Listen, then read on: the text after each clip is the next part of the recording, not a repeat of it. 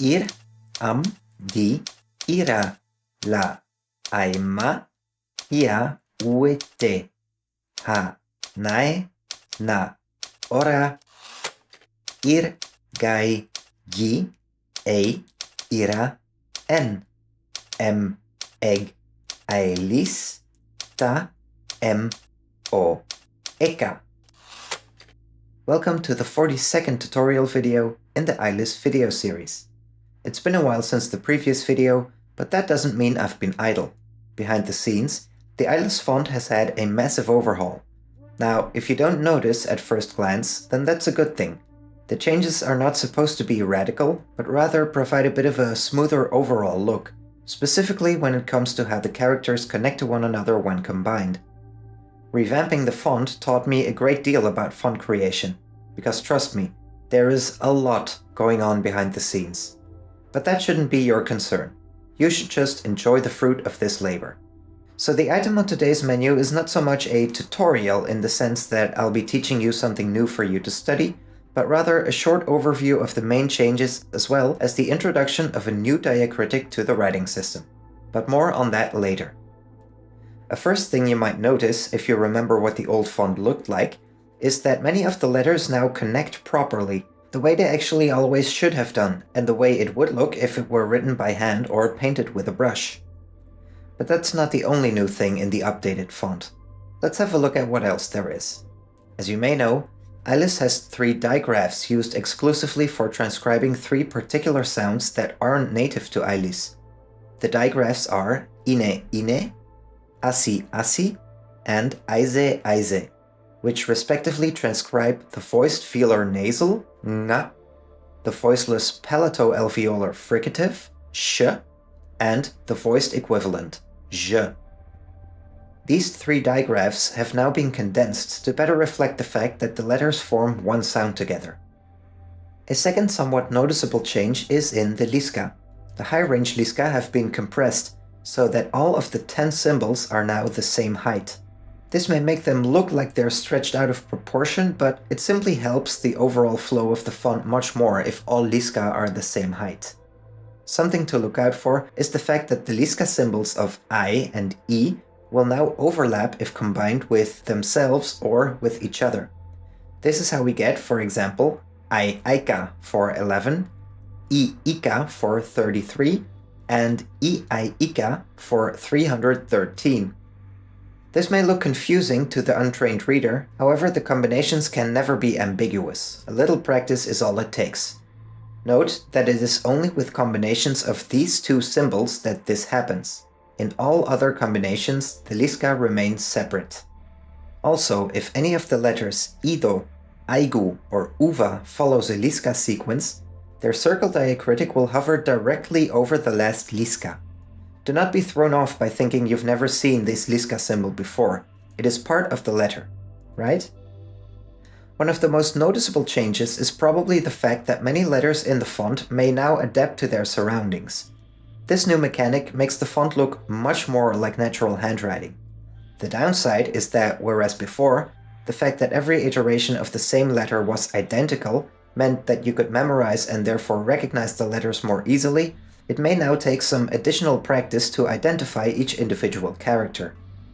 Therefore, the next thing I'll do is show you the alternatives for some of the letters so you can familiarize yourself with them. Let's start with the letter iau. Iau may on some occasions become a right-tilted, italicized version of itself. For example, when it's followed by the letter alu. The letter aio has a version that's more bent, so it can fit nicely in asi, for example. Aio also has a lowered version. What's the opposite of italic? Well, anyway, that's what can happen with iae. It can tilt leftwards, so that it seems to rest, for example, on top of iau. Note that this is now the new design for the root word yi, our target marker, which we've discussed in plenty of previous videos. Aioi can also change. Like aio, It has a version that's flexed leftward a lot more, but then there's also this version that looks kind of like it's been sandwiched from left and right. It's a lot narrower than the other two. What you see here is also the new design of a root word we already know, the closing sentence bracket EI. The letter OIU can turn into what looks almost like a fishhook, for example when it is combined with Eise. The last of the vowels, UAI, also has a version that looks like it's been put upright, where its signature dents are more horizontal than they are diagonal. The letter OMI has a lowered version, and so do AKAI and OPPO. Out of all the variants, it's probably these three that have the strongest shapeshift, and with which you might want to train your eye a bit to spot them easily. This list is not entirely exhaustive, by the way. I would like to point out, however, that no matter the exact shape of the letter, you can always recognize it by its distinguishing feature, which is always respected. I went into detail about the signature characteristics of each symbol in video number 21.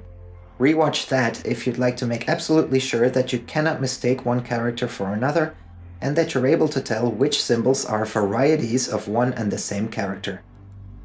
The place where this might become most tricky is perhaps in given names, as they contain more successive uppercase letters than regular Ælis words do.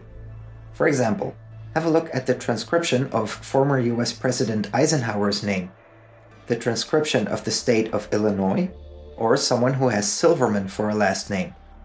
As I said, you can easily identify each character by their signature traits. Given names get me to the second part of this video. I've also introduced a new diacritic, which I'd like to call the double dash or the stress dash. The name kind of gives away what it does. It can indicate where the primary stress is in a name. You see it used here. The romanization will have an acute accent on the stressed vowel. Using the stress dash is completely optional, and in any case, it only makes sense to use it in given names, since in regular Ælis root words, the stress is either free or predetermined. I also talked about this in video 21 of the series. Logically, the dash can only go on vowels. On primary case vowels, the dash goes to the left or top left of the character and it is tilted left. On secondary case vowels, the dash goes to the right or top right of the character and is tilted right. The positioning of the dash has to do with the space occupied by letters that are likely to precede or follow. The exact location of the dash isn't fixed either, unlike, for example, an acute accent in the Latin alphabet. In Ælis, the dash may go anywhere in the top quadrant, top left for primary case letters, top right for secondary. The smaller points of the dash should always face the character in a perpendicular way. To give you an example of what I mean, let's look at the stressed ewe. The dash may fall quite a bit to make way for a letter like iae. It doesn't necessarily have to in handwriting, but it's allowed, and it does in this update of the font. This combination of letters could occur in the transcription of the name Leila, for example. If we'd want to shift the stress onto the e, we'd say Leila, and it would look like this. In some cases, the stress dash may be more relevant than in others. For example, look at this name.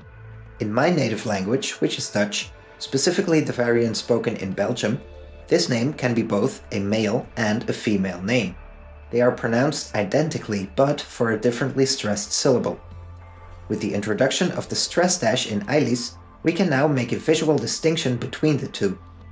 If we put the dash on iae, the name is pronounced as Simon, and it is a male given name, the equivalent of Simon.